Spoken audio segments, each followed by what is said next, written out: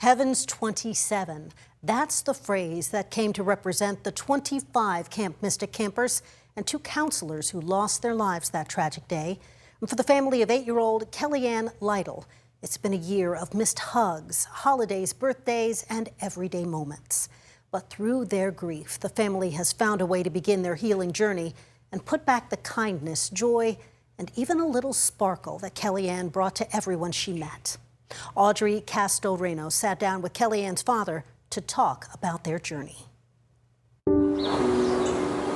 Bows of blue, yard signs with Bible verses, the initials of Heaven's 27, and the hashtag Kindness for Kellyanne stand stacked together.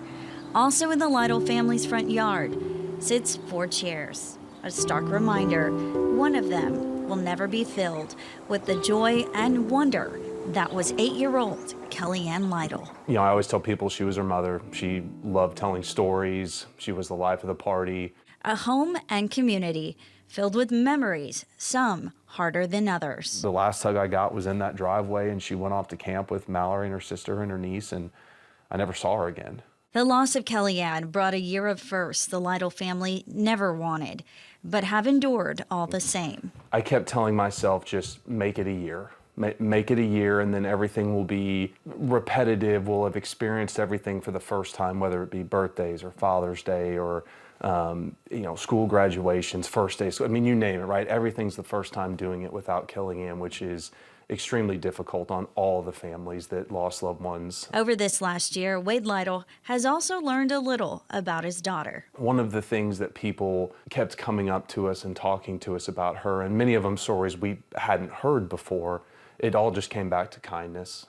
She was that girl that if there was somebody new to the school, she'd go out of her way to have lunch with them, make them feel welcome. That word, kindness, the family developed into the Kindness for Kellyanne Legacy Fund, which has allowed them to give back to local nonprofits and causes who are spreading the same sort of kindness Kellyanne lived by. It's a testament to what a wonderful person she was, that there was this amount of outpouring of generosity of people that have entrusted us to do good in her name. Projects like giving back to the Magdalena House, dedicating her school's playground in her memory, and most recently, working to get an emotional therapy dog into the Alamo Heights Middle School. We're kind of coining it the Canines for Kindness, pairing a therapy dog with one of the counselors who will end up bringing the dog every single day to provide emotional support for the students, and just be hopefully a positive ray of sunshine for a bunch of little kiddos that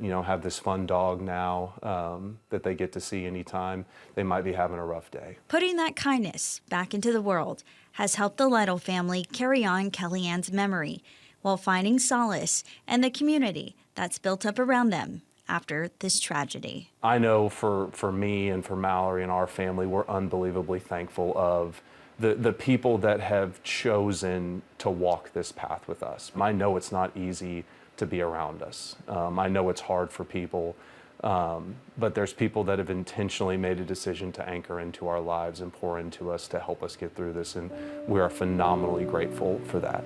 And while the anniversary of Kellyanne's death will never be easy, there will be a hole in our heart forever. The best we can hope is to build up some scar around it that can help us get through, because you can't replace the loss of a child. Wade hopes her story and his family's will to carry on and spread kindness will help others dealing with their own heartbreak. That's all that we want from all of this, is to try to make the world a better place, to honor our girls, to honor their lives.